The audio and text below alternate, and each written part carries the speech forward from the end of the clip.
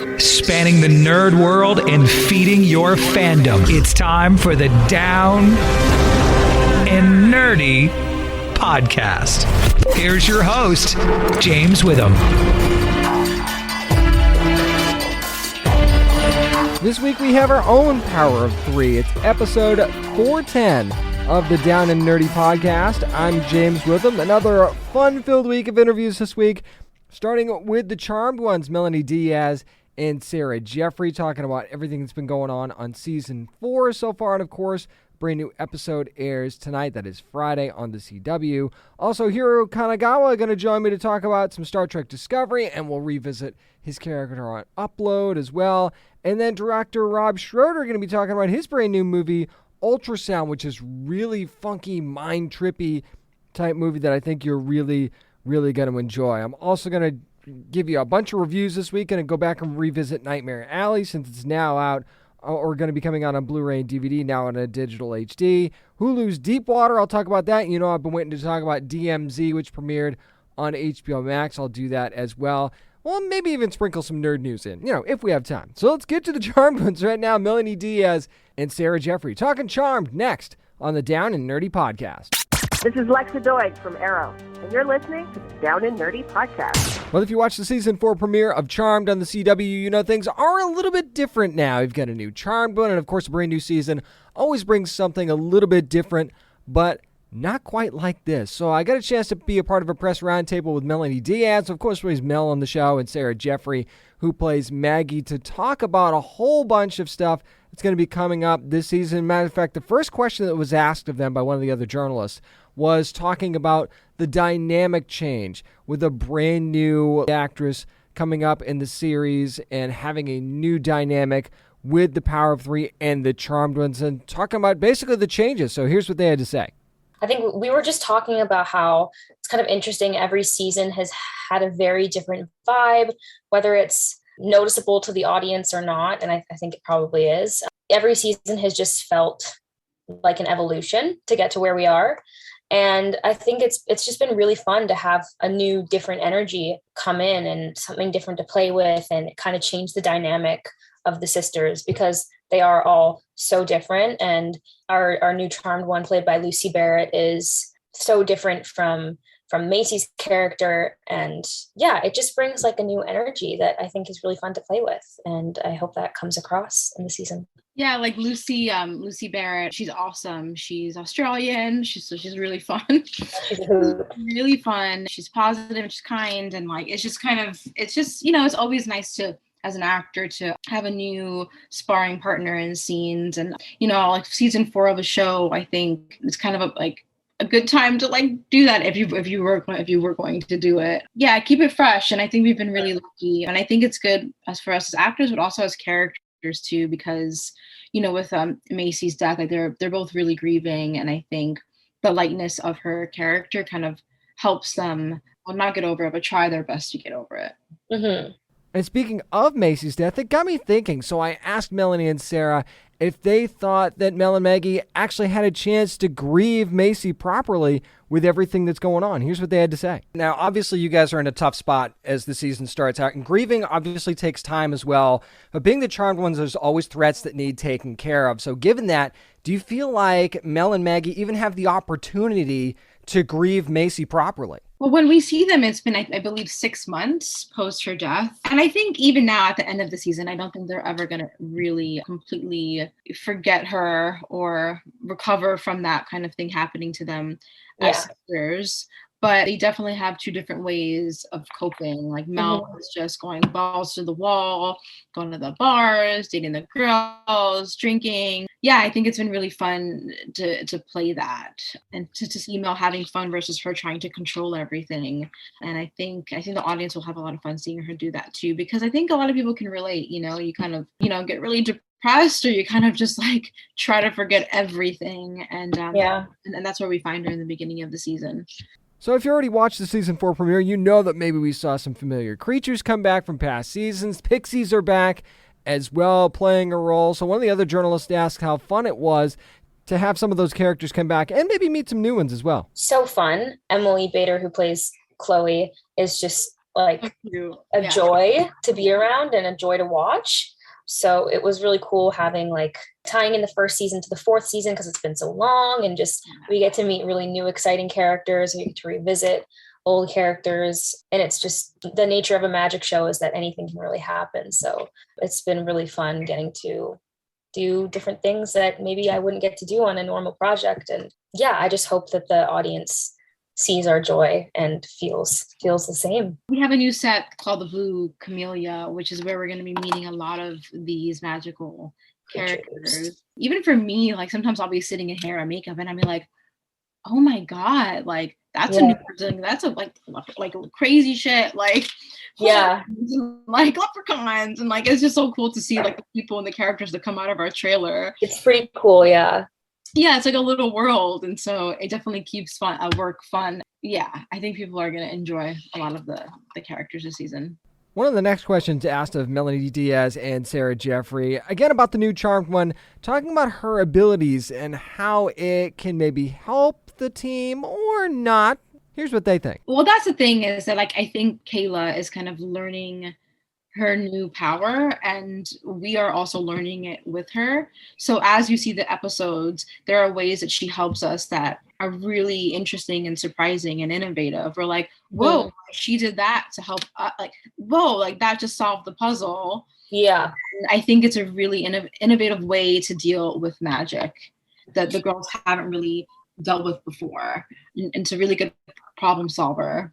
It's not just about character changes with new faces coming into the show. It's about changes to the characters themselves that have already been on the show for a while. So one of the questions that was asked of Melonie and Sarah was, what was something that you were really looking forward to coming up in season 4? I was looking forward to a power upgrade, not gonna lie.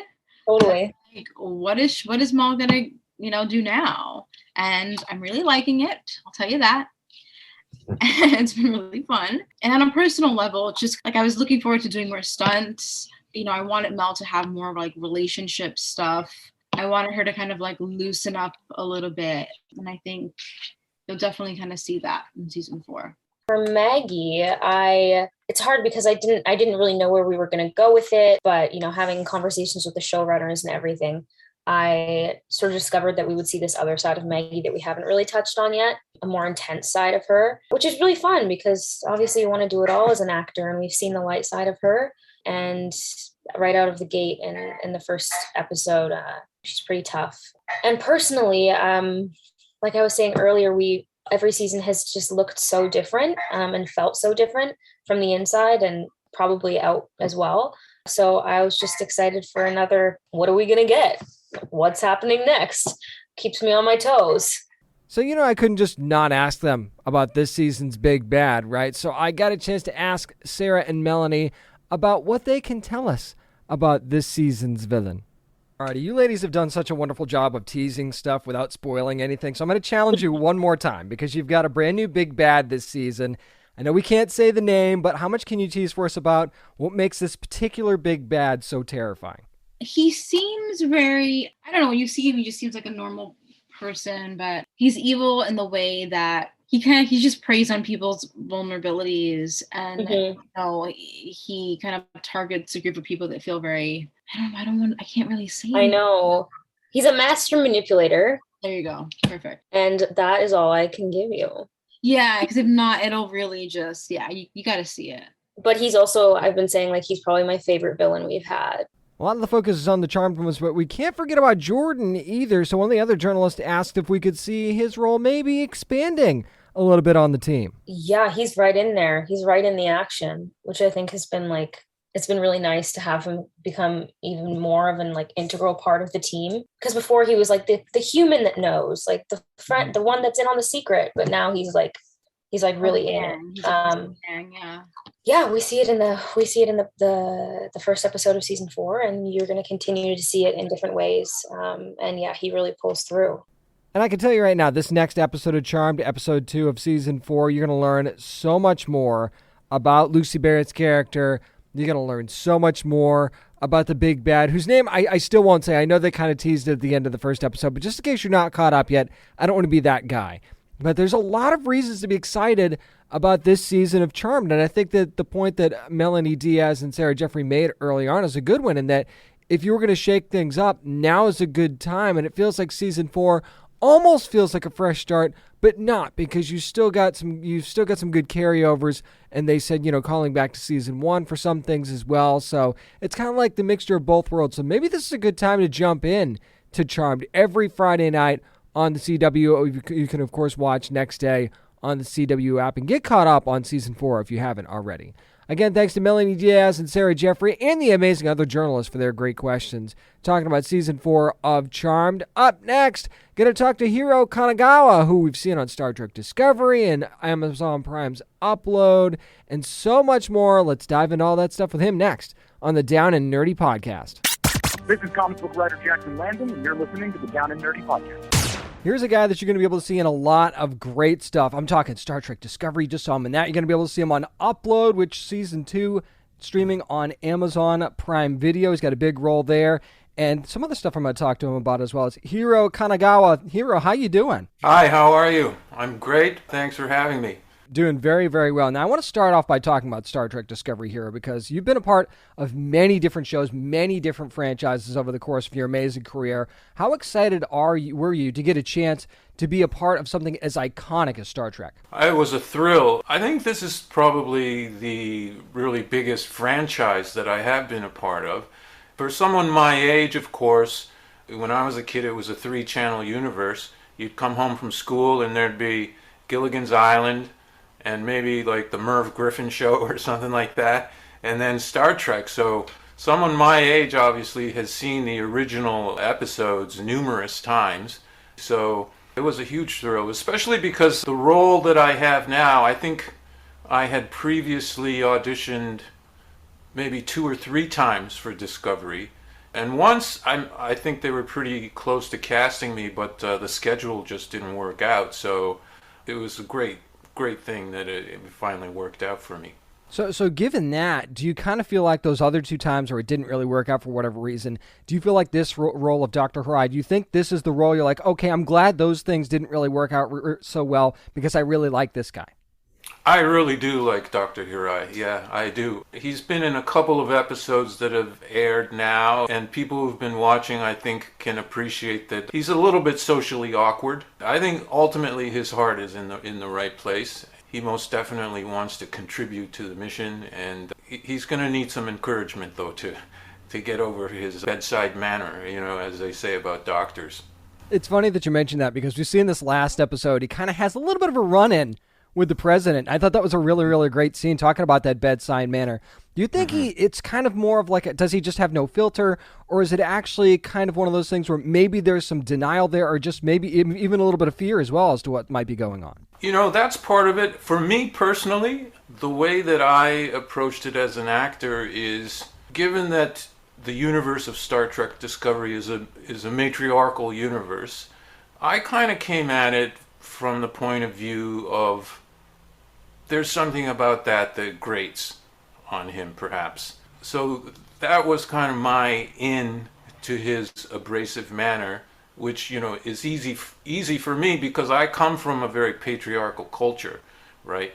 Japan is a very patriarchal culture. That was kind of how I got into it. Now, whether or not that really translates to, centuries in the future or not, but as actors, we kind of have to make it personal for us. Obviously, you join a show like this. You look at this amazing cast. This is now the 4th season of the show, and they've built up so much great character work in those 3 seasons prior to that. What was it like getting to jump in and work with this incredible ensemble cast? Because there's a lot of good ones. I can't say enough about the show and the people involved. There are a lot of sets that you go on that aren't particularly personable. It's hard to build relationships and have friendly conversations with your colleagues on some sets, but that was absolutely not the case. And I just want to say, fans of the show will, be happy to learn that everyone on this show is just such a tremendous,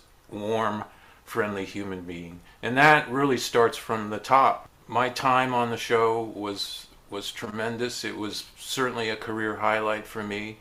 yeah, I can't say enough about everyone.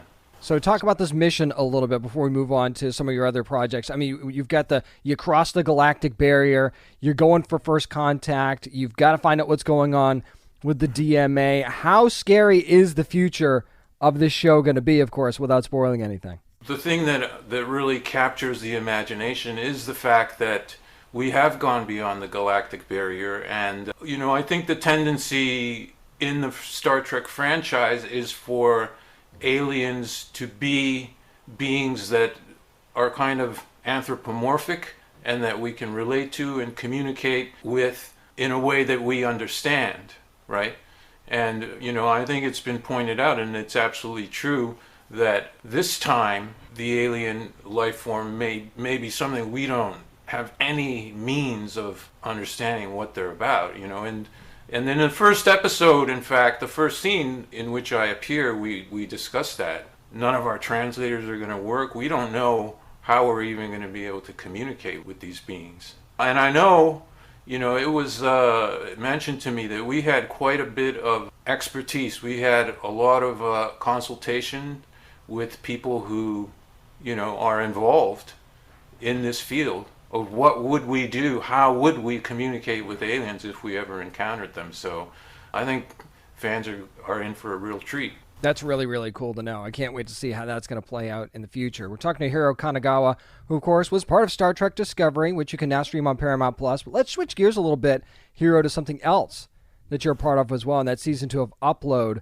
on Prime Video, which is an amazing show. There's no shortage of shady dealings going on at Lakeview, and we know that Detective Sato is going to be a big part of a big investigation that's going on there. How difficult, Hiro, is this investigation going to be? Well, it's the tone of the show is anything that happens gets screwed up ultimately, right? So, no doubt. So, definitely it's not an easy investigation by any means for my character, with, I think hopefully darkly comedic results. I don't know if a lot of people know this about you, but as I was preparing things here, you were actually the voice of Reed Richards. Yes. Mr. Fantastic and the Fantastic Four World's Greatest Heroes from 2006 to 2010. So this is obviously a franchise that, now that it's part of the Marvel Studios and MCU, that they're thinking about, redoing, and eventually we're going to have another Fantastic Four. So how did you get into the character of Reed Richards, and what do you think is the most important aspect of that character? Thinking back, I remember when I auditioned for it, I remember the breakdown said, think young George Clooney / Topher Grace. Wow, that's an interesting combination. So, yeah, I so that led me to understand that what they envisioned for it was, that animated series, all the characters were kind of younger and hipper, right? So, going with the spirit of that, it led me to kind of think, well, even though he's this brilliant scientific mind, there has to be a kind of humanity, a warmth and a charm to him. That's kind of how I approached that particular role. And I was probably one of the few people in the cast who just basically got to use my regular speaking voice. I didn't have to put much of a spin on it. Hiro, there's something that you're going to be a part of that I'm really, really excited about, and that's Shogun, which is going to be coming to FX here not too long from now. What can you tell us, as much as you can, of course, about your role in the show and just about the show in general? How amazing is this going to be? It's going to be epic. I don't have a large role. I play a general who is actually not in the book at all. They kind of, made a general up for me, which I totally appreciate. What I can tell you is that the attention to detail and authenticity is just beyond imagination. And a lot of that, I think, is the lead, Hiroyuki Sanada, who is also a producer. He's brought in so many experts from Kyoto, costuming, dialect, weapons, you name it. They have spared no expense in getting the authenticity correct.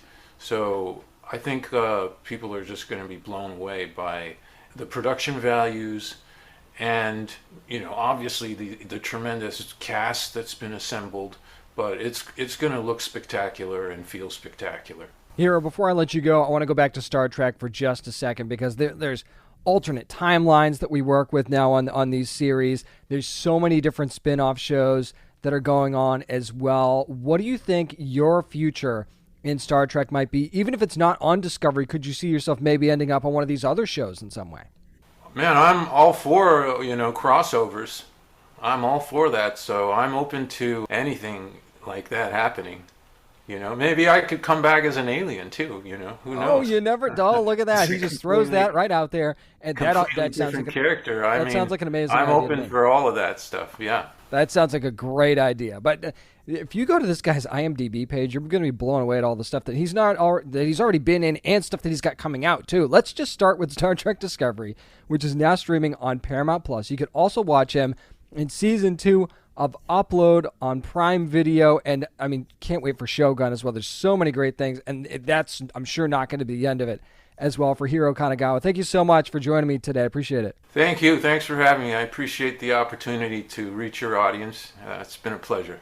And if it wasn't obvious, this was obviously recorded before the finale of Star Trek Discovery this season. But, spoiler free, just in case you haven't had a chance to catch up yet. But I got to say, Dr. Hirai was a very interesting character in this past season, wasn't he? And maybe you hated him, maybe you got a couple of laughs out of him, but honestly, a very interesting character in a very, very unique season. And also, just this past season of Upload, you heard me talk about it last week, about just how fun it is, and the fact that he got a chance to be a part of that is incredible. So yeah, go ahead and just consume all the great stuff that Hiro Kanagawa has out there. And this is actually more of my interview with Hiro Kanagawa. If you want to go to our YouTube channel, you can find that at downandnerdypodcast.com. Some questions that you didn't hear on the podcast, you'll see on the video for some more great stuff as well. Up next, we're going to talk about Ultrasound with director Rob Schroeder. Let's get inside the mind of that movie next on the Down and Nerdy Podcast.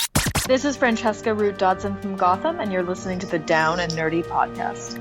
Based on the Connor Steckschuld graphic novel Generous Bosom, Ultrasound is now streaming on your favorite digital HD platforms. And I'm joined right now by director Rob Schroeder. Rob, how are you doing?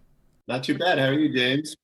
Doing really good, man. I mentioned Connor's graphic novel, of course, a second ago. How familiar were you with that story, and what were your first impressions of it? I had picked up the first 2 books of the 4-part graphic novel series, and I was very intrigued, didn't know where it was headed, and reached out to Connor. He had a pretty good understanding of all 4 books and kind of where the story was headed. He explained it to me and wanted to write the screenplay himself. So we got that process started. He came to LA. We worked together for about a week and ultimately came up with this screenplay.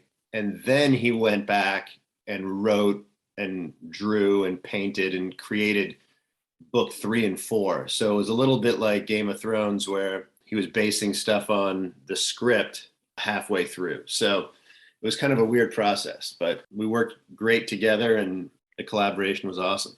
That's even more amazing, having seen it and now knowing that. That's really, really neat. Rob, I don't feel like it's fair to pigeonhole this by calling it sci-fi, mystery, what have you. So how would you describe it for anybody that's going in fresh? It's a tricky one. I think of it as like grounded sci-fi, meaning there are no like laser guns or, anything too far out. It's all kind of based in this reality on this planet with these physics. But there's definitely thriller elements and genre shifts, but there wasn't, reading the book, it didn't feel conventional. The screenplay didn't feel conventional. And, I think the movie probably lands in a few different genres. So I don't know if you and Connor were trying to give us whiplash, but there's so many twists and turns in this movie. It's hard to keep your bearings at times watching it. So how do you manage all of that and make it make sense in the end? Well, the first thing I did was put the books away because, there's more story there. So it was difficult enough to keep the screenplay and all those moving parts kind of in mind so that people don't miss an important clue. So that was important, to get rid of the books and rely on the screenplay. And then, I tried to just track where the audience was the whole time and where the characters were the whole time, so that, the viewing experience was satisfying and not totally confusing. And boy, will stuff make more sense as you go, too. There's certain things in the beginning where I'm like, why is that? Oh, that's why that's there. So I started watching a little bit further on as well. Now, Rob, there's some really deep psychological elements that are involved in this film. Did you do any research or anything like that to help make things feel a little bit more authentic? I mean, because this stuff it seems like it could be happening right now without us even knowing it. Yeah. One of the origins for Connor was that he actually saw a stage hypnotist perform when he was in high school, like after a prom or something, and his friends were hypnotized. So that, was pretty real world. Vincent Kartheiser and I talked a lot about Glenn when he came on board. Vincent doesn't have any social media, probably for this reason, because, I feel like, in the world we live in, it's easy to get caught up in these realities and pulled in these different directions. And with the phones we have, we're able to get lost a little. So that felt very real world. And then, in doing research, like the Soviets, for example, did a lot of hypnosis research and experimentation. And at one point, there was a guy who was kind of like a self-help hypnotist. And he went on national television in front of millions of people and would hypnotize people in their homes and do things like, you put a glass of water in front of your television, and then it would get charged with some magical properties, and you would have that with you until the next session. And, he was doing mass hypnosis. That's kind of where this story is headed with Art and his nefarious schemes. And buckle up, because that is just the tip of the iceberg. We're talking to director Rob Schroeder of Ultrasound, which is now available on digital HD. Now, Rob, you work with a great cast here, and I want you to talk a little bit about that chemistry between Vincent and Chelsea, because I really feel like that shows as we know more and more about Glenn and Cindy throughout the film. Yeah. We didn't have a rehearsal, so they met on set, on the first day, and they're both very professional actors and kind of know the process. They knew their characters. We had an intimacy coordinator that talked to each of them individually and then together, because there's that bedroom stuff. And I don't know, they both really invest in character and really kind of created, in my mind, three-dimensional characters that really interacted well together. Rob, before I let you go, I think Brita Wool deserves a ton of credit here, not just for her performance, but the fact that Shannon seems like so much of the foundation of what's going on here. So how important is she to this story? I agree. I thought what Brita did was phenomenal. Her perspective on the job that she, that Shannon had working at that facility was very interesting. To Connor's credit, it's the introduction of Shannon a little late, I thought was fascinating, because, traditionally you meet the lead character, the main character, right out of the gate. And it appears to be Glenn or Cindy, and that story is very important. But, for me, Shannon becomes a real hero. What Brita was able to do with that was killer. And get ready for a wild ride. Ultrasound, now streaming on digital HD, wherever you get your favorite movies from Magnet and Magnolia Pictures. And get ready to go down the rabbit hole with his and Connor's vision. It's director Rob Schroeder. Thank you so much for taking the time, man. I appreciate it. Thank you, James. That was awesome. And seriously, when you're watching Ultrasound, there's going to be times where you're like, where am I at right now? What's happening? And not in a bad way, in such a weirdly amazing way. And then once you get those callbacks, the more and more you watch the movie, you're going to be mad at yourself that you didn't figure it out sooner, quite frankly. But then you go, oh, wow, that really took me somewhere that I didn't expect, and the twists that you may or may not expect as well. So make sure you're watching Ultrasound on digital HD. You're not going to be sorry, because this thing is going to take you on a wild ride. Again, thanks to director Rob Schroeder for joining me to talk about Ultrasound. Up next, let's get into some reviews, and I'll start with Nightmare Alley next on the Down and Nerdy Podcast. This is Dave Dastmalchin, creator of Count Crowley, Reluctant Midnight Monster Hunter, and you are listening to the Down and Nerdy Podcast. It is Academy Awards season, and one movie that got a bunch of nominations is Nightmare Alley, which is, of course, now available on digital HD, going to be available on Blu-ray and DVD this coming Tuesday. And I got a chance to check it out finally. Searchlight Pictures and Walt Disney Pictures provided me with a free copy for review. All opinions are my own. So I don't want to dive into too many spoilers about the movie in case you're not aware what it's about. Basically, there's a carny who has a talent for manipulating people. We kind of see him when he's down on his luck at the very beginning of the movie, and he finds this gimmick. It's a really good one. And then he ends up sort of teaming with a female psychiatrist, and she's got her own agenda too, as you see as things unfold. But I mean, Bradley Cooper Stanton Carlisle is interesting. We find him, like I said, down on his luck at the very beginning, and you see that ambition in him. But then you also see that turn in him once he, I don't necessarily want to say gets what he wants, but finds himself on the path that he wants, maybe. And it's when he hooks up with Cate Blanchett's character of Dr. Lilith Ritter that things really, really start to go down a very, very just twisty and turny direction, for sure. But it's his time in the carnival as a carny that I thought was a really, really interesting part of this movie. And, of course, that's where he meets Molly Cahill, who's played by Rooney Mara. And I was torn because I really enjoyed that part of the movie and his time in the carnival and just watching him sort of, find his spot and sort of find his ambition a little bit there and work his way up through. But I also really enjoyed the second part of the movie. It really was divided into two halves when he leaves with Molly and sort of becomes this master manipulator and really pushes his luck, for lack of a better way of putting it. I don't want to spoil too much about what happens towards that part of the movie, but he starts prognosticating for people for big money and gets involved with some very dangerous people. Let's just put it that way.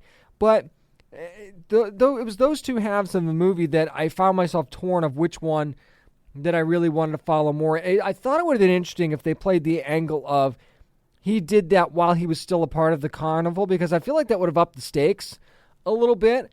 I feel like it wouldn't have just been Molly and himself that he was screwing over if he messed up. It would be everybody. He'd take everybody down with him. And I thought that early relationship with Pete's character, who was played by David Strathairn, who I don't think gets enough credit for how he did in this movie. I think that established some stakes, and I think those were dismissed a little bit too quickly for him to kind of leave with Molly. And of course, not everybody was thrilled about him potentially leaving with Molly, and almost how he kind of leaves them behind. So it makes him the jerk, right? In a lot of senses. But that's not the only thing that makes him the jerk, for sure. And then there are some tropes there with his relationship with Molly that I didn't care for. There's also the trope of, he was a bad dude and he had some family issues in the past, and he's got this mysterious past that he's trying to run from, sort of thing, and or try to bury. And, I could have done without that. I don't think they really needed that aspect of it. I thought that him becoming this manipulator was kind of enough for me. I didn't really need that backstory to want to root for or hate this guy. So I don't know that was really an angle that needed to be played up. But I think what this movie really is about is, first of all, visually, Guillermo del Toro just does such a fantastic job on the visuals and the shots in this movie. I'm not a big, look at the camera angles and look at how this was framed. Well, I'm not usually that guy, but man, did it make a huge difference in this movie. And I'm not sure that anybody else could have done this justice, for sure. And I mean, we know that this is based on the novel by William Lindsay Gresham. And I thought that, taking, you always take liberties when you adapt something to the screen. And I thought that, it was certainly an honorable job that they did of telling this story. But it was just such and the scenes between Bradley Cooper and Cate Blanchett, I thought especially really, really stood out. That odd chemistry that Stanton and Dr. Lilith Ritter had, and what she did to manipulate him in turn, I thought was super, super amazing. And Richard Jenkins, too, Ezra Grendel, we see him in the second half of the movie, that the intensity that especially towards the end, those scenes brought, I thought was absolutely incredible. And then you just see the deterioration of relationships and of Stanton Carlisle's character in general. And I do think that Bradley Cooper deserves a lot of credit for how he played this off as well. And you see a moment from earlier on in the movie come full circle, something with Willem Dafoe's character. It comes full circle in the end, which I thought was a nice tie-in or a nice callback to the beginning of the movie. And almost like does this person get what they deserve, or do they not get what they deserve, or something like that. So again, very, very interesting dynamics at play here. Was it perfect? No, I don't think it was perfect. I think it fell just short of my expectations. I was really looking forward to a really interesting noir type story, but it kind of made me think of The Illusionist a little bit with Ed Norton, if you remember that movie. Maybe a little bit of The Prestige as well. I know I referenced that movie more than a couple of times with Hugh Jackman and Christian Bale. Not exactly the same, but there's certainly enough similarities there that it made me think of it. But again, if there would have been a couple of different choices made in this movie, I think I would have enjoyed it a little bit more. But I definitely still enjoyed it nonetheless. And the whole time period aspect of the 40s, I thought, was a really cool time to set this in. And I thought that was very well done as well. And there are a lot of good character moments here, too. Is it Oscar-worthy? I don't know if the movie itself is Oscar-worthy. There's certainly some performances in there that you can make the case for, and make the case for Guillermo del Toro as well. So, and since we are talking about the Blu-ray DVD release here and the digital release, we do get a few special featurettes that are involved in this. My favorite one out of all of them is Behind the Tarp, where they take you behind how they built the sets and things like that, and the meaning of each set, and little Easter eggs that Guillermo del Toro points out. It's so amazing watching the fact that that carnival set, they built that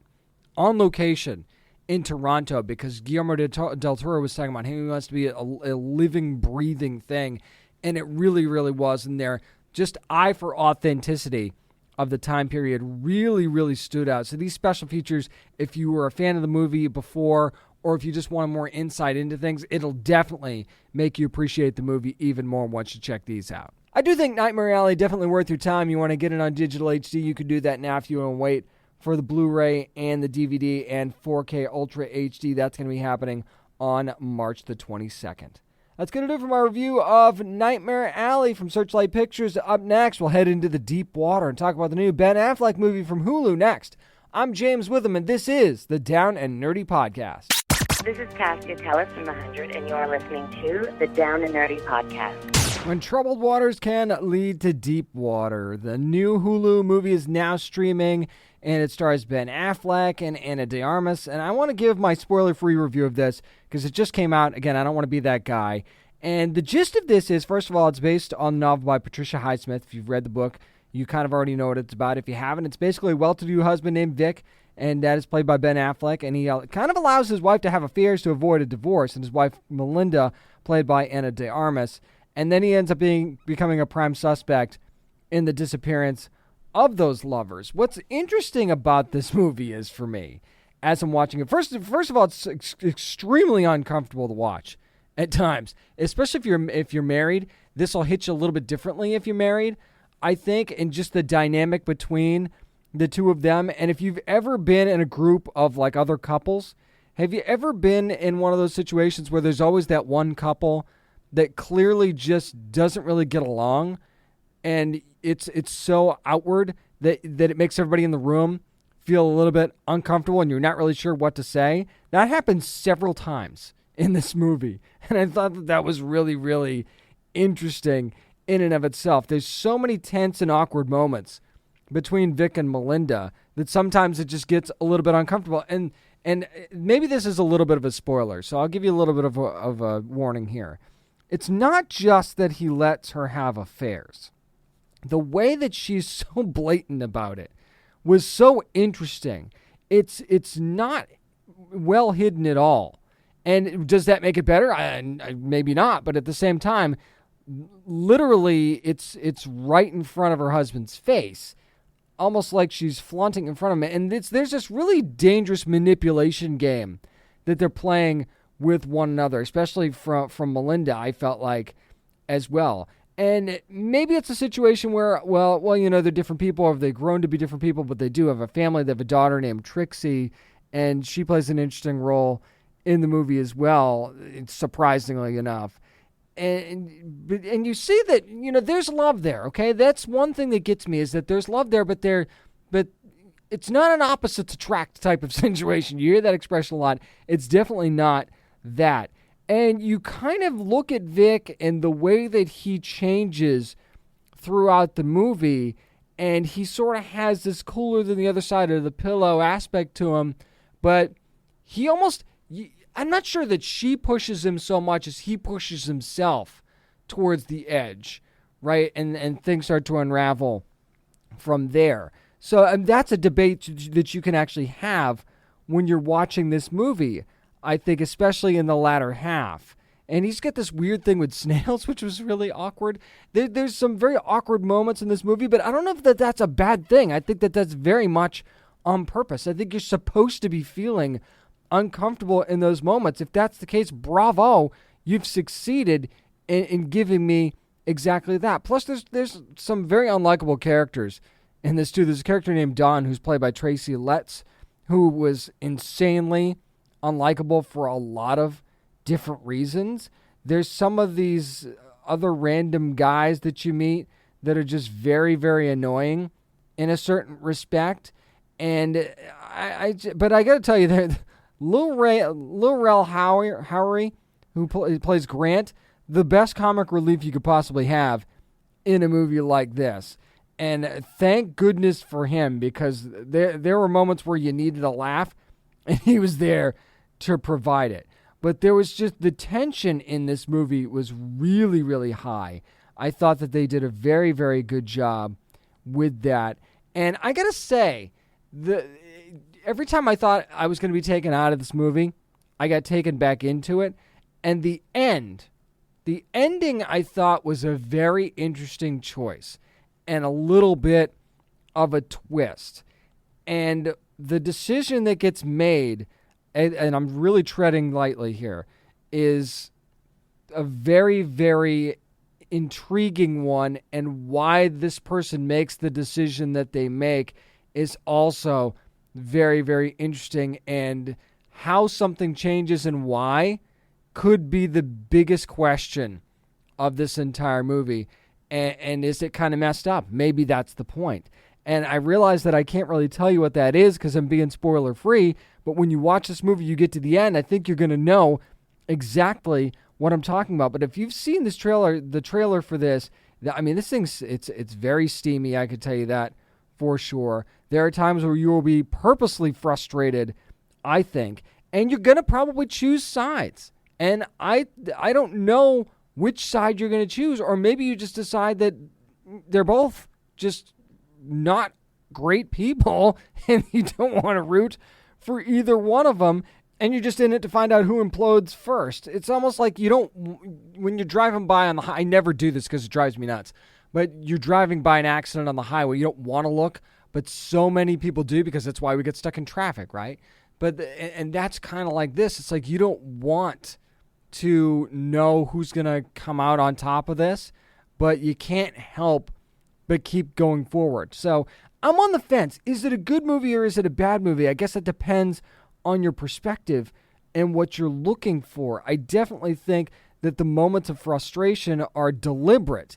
And if that's the case, it's a good movie. But if it's not, then it's not. So it's really kind of up to you to decide what happens here. And again, I think some individual performances in this are really, really, really good. And Grace Jenkins, I think, deserves a lot of credit as the daughter, Trixie. I think that a lot of the stuff that she brings to the table here, and you don't expect this from a young person in a movie like this, but the moments between she and Ben Affleck is the dad moments from Ben Affleck's character Vic, best parts of the movie. Because you could see that Ben Affleck as a dad himself, you could see that just come out in this movie for sure. You see the dad pride moments and a whole bunch of other things as well. So seeing Vic as a dad is a very, very bright spot of this movie. And then you see the other side of it, and that tells you a lot as well. So Deep Water from Hulu, I'm on the fence. Let me know what you think. Tweet me at DownandNerdy757. I'm very, very curious to hear your opinion on this. But yeah, make sure the kids are out of the room when you're watching this thing for sure. That's going to do it for my spoiler-free review of Deep Water from Hulu. Up next, we're going to head to the DMZ and the Vertigo Comics adaptation, which is now streaming on HBO Max. I'll talk about that next, also spoiler-free, on the Down and Nerdy podcast.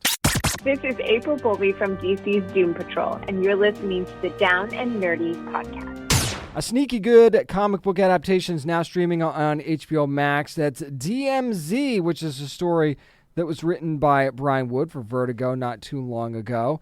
Is now streaming a 4-episode event series starring Rosario Dawson and Benjamin Bratt. Gonna give you my spoiler-free review of this thing. I know it's only 4 episodes and it came out on Thursday, but again, maybe you're on the fence about it. You want to know what's going on, and it's basically a woman named Alma who's played by Rosario Dawson, who is looking for her son in a demilitarized zone in Manhattan in a futuristic and very much dystopian society in New York. And the politics that are involved here are really interesting.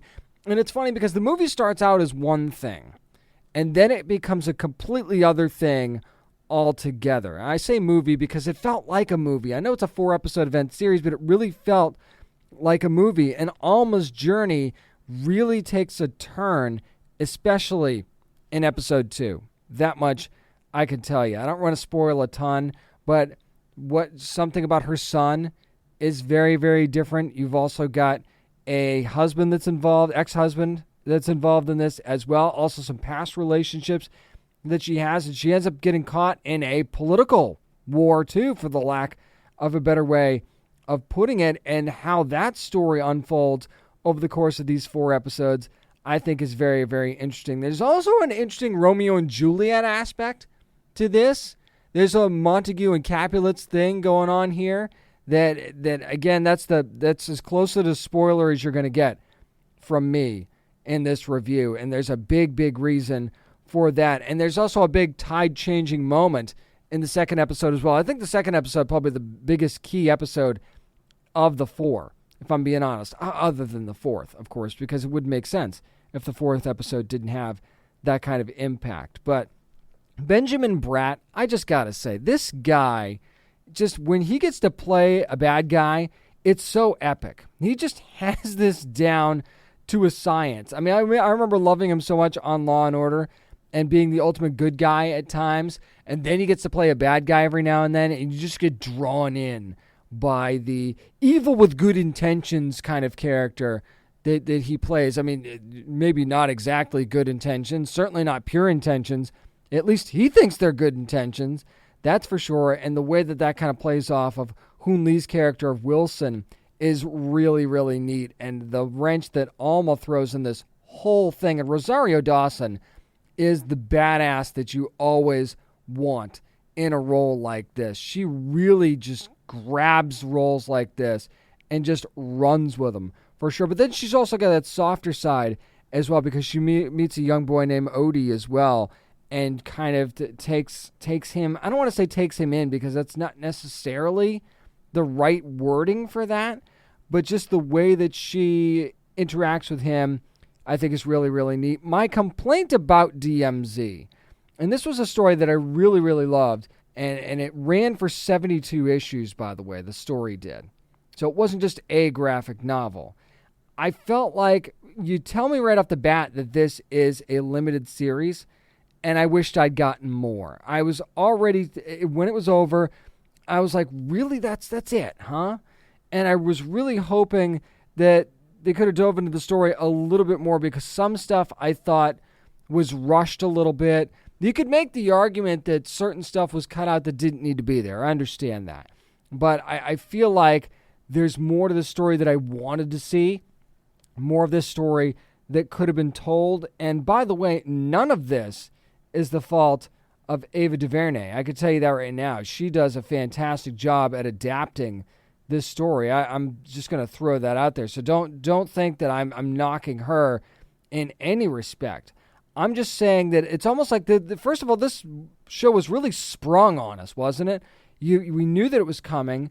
We had no idea when or what the release date was. Then all of a sudden the release date was kind of sprung on us. So it's like, okay, by the way, here it is, and it's only going to be 4 episodes. And I know that, the shooting during the pandemic was not easy and all that other stuff, but I wish that there would have been a little bit more patience for this project Maybe if it could have come out a little bit later. You let it sit a little bit, and you think about what you have and a story that you could still tell, and instead it felt like they were trying to cram everything in so they wouldn't have to do more, sort of thing. And again, not to the fault of anybody that actually made this. It's like, this is the hand that you're dealt.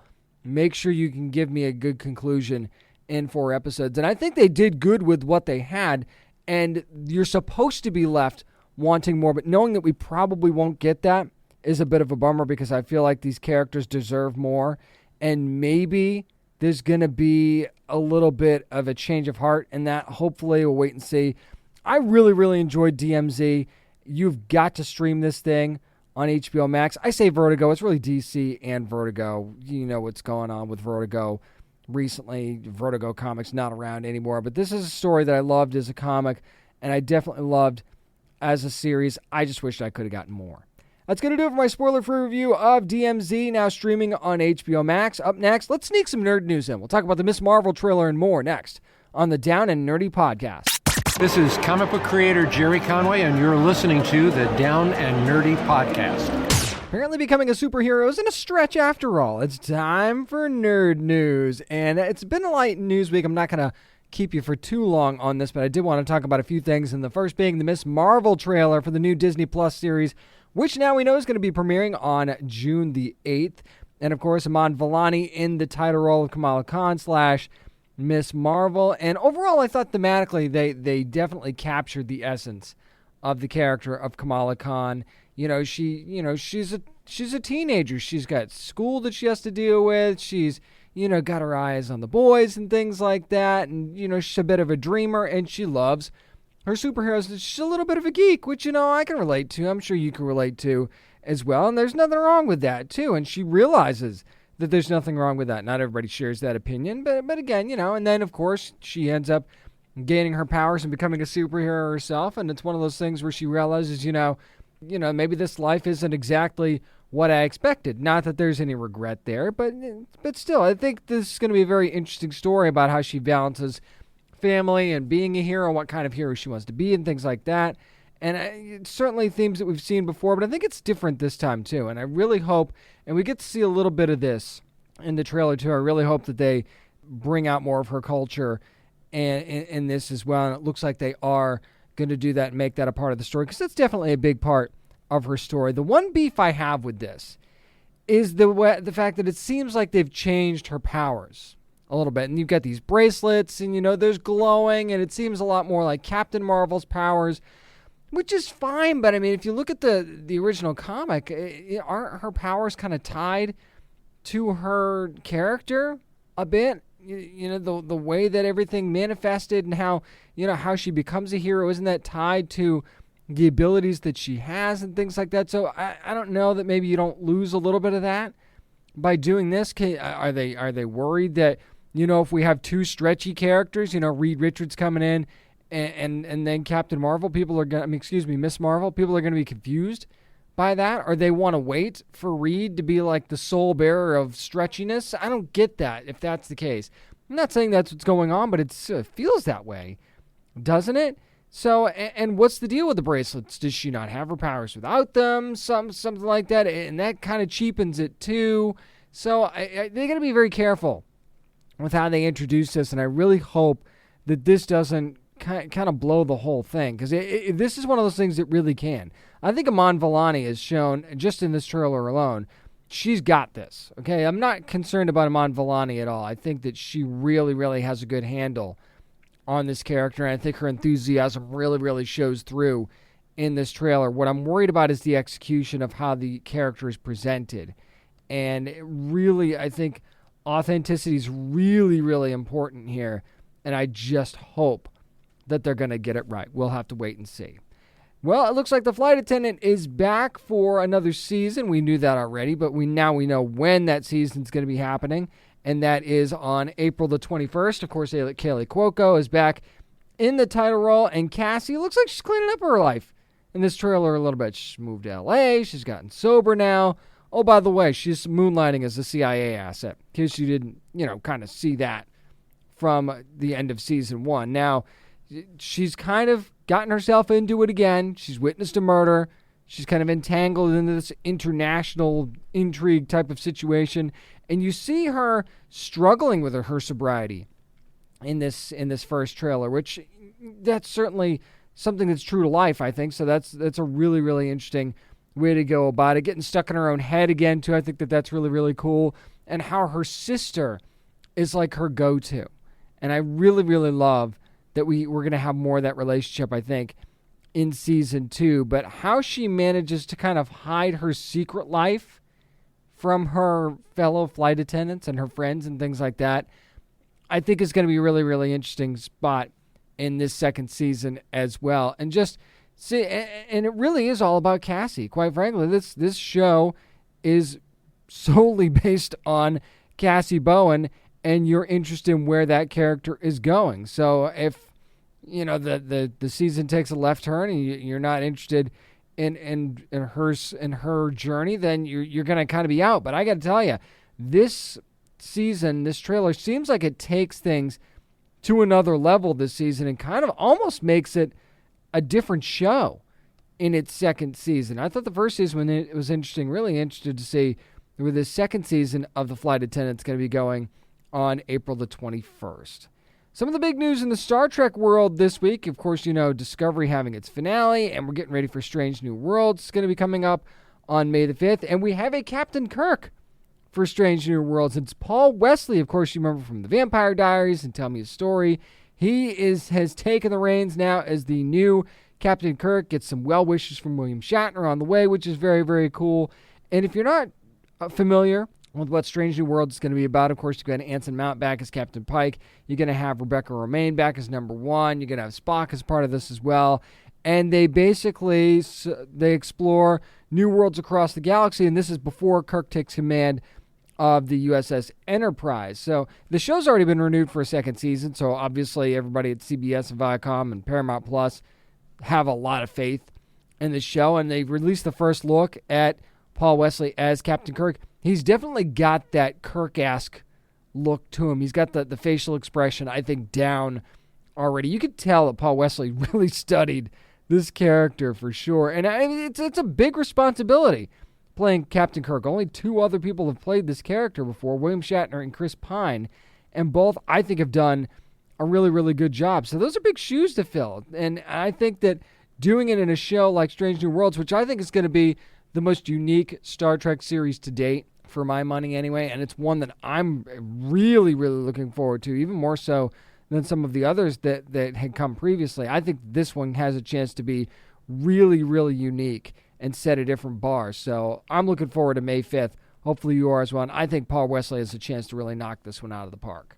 Really quickly, Netflix has announced the premiere date for the first live-action series set in the world of Resident Evil, and that's going to be on July the 14th. Of course, it's Resident Evil is the name of the series, and Andrew Dabb is the showrunner, of course, from Supernatural.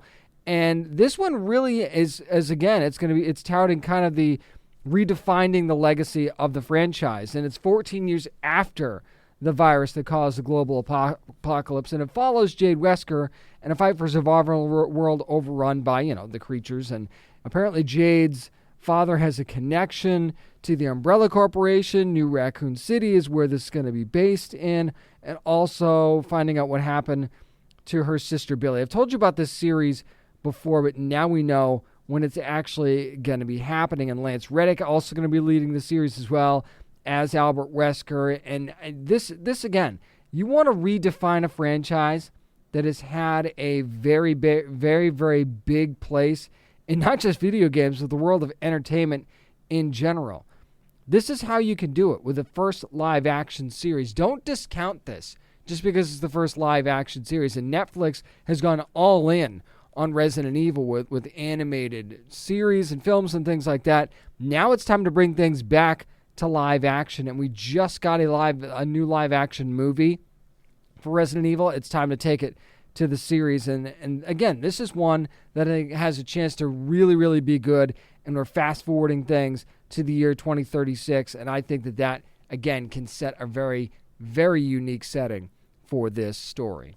That's going to do it for this week's edition of the Down and Nerdy Podcast. Again, thanks to my amazing guests this week. Make sure you're following along on social media at Down and Nerdy 757 on Twitter and Instagram, at Down and Nerdy on Facebook. Also, make sure you're following the brand new shows that we've got coming out next month at Mission Collect and at It's Comics Man. And, of course, all this can be found at downandnerdypodcast.com. Remember, you never have to apologize for being a nerd, so let your fan flag fly and be good to your fellow nerds.